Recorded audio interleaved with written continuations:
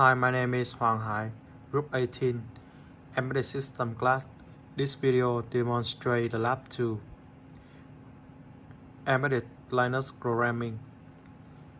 So, I have a host machine that runs VirtualBox, and on VirtualBox we created a build machine that runs Ubuntu Server 20.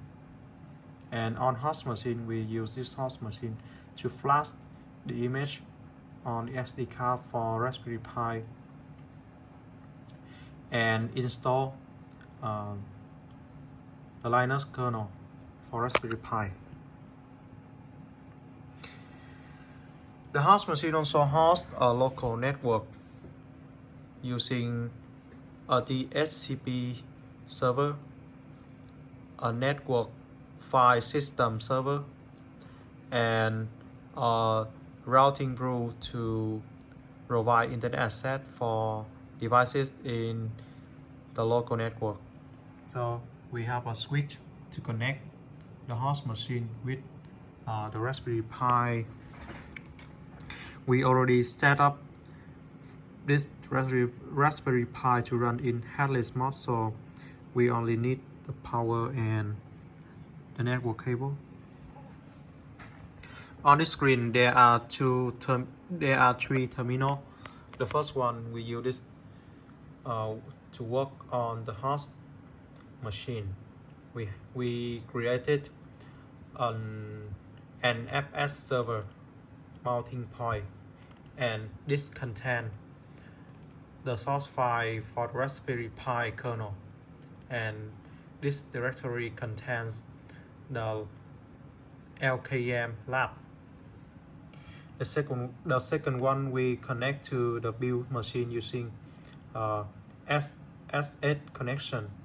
So we are pointing to the Lab 2 source file, and this review the makefile contents.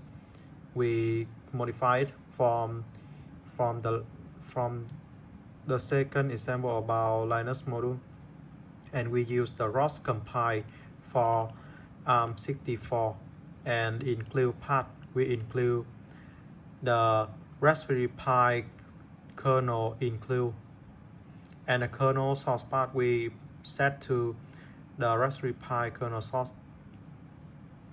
We have already compiled ROS compile the Linux kernel for Raspberry Pi, so we only need to set the include path and the kernel source file path, so that when we run the make on command, it will point to this path to compile the modules and the test program.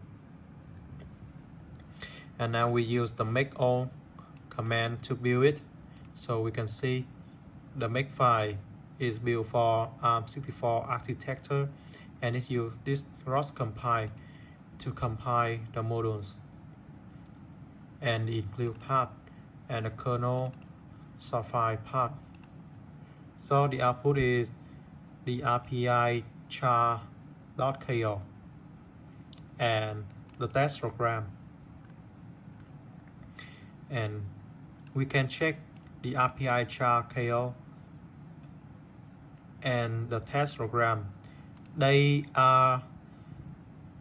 were built for ARM64 program architecture, and they are ready to run on Raspberry Pi.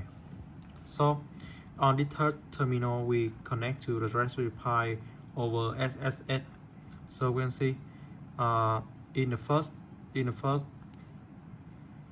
glance we only the source file. So after we build the source file on the build machine, the output are putting here, so the Raspberry Pi is ready to use the sudo. So we use sudo install RPi char.ko, but this failed because we forgot to unload this one. So first we need to unload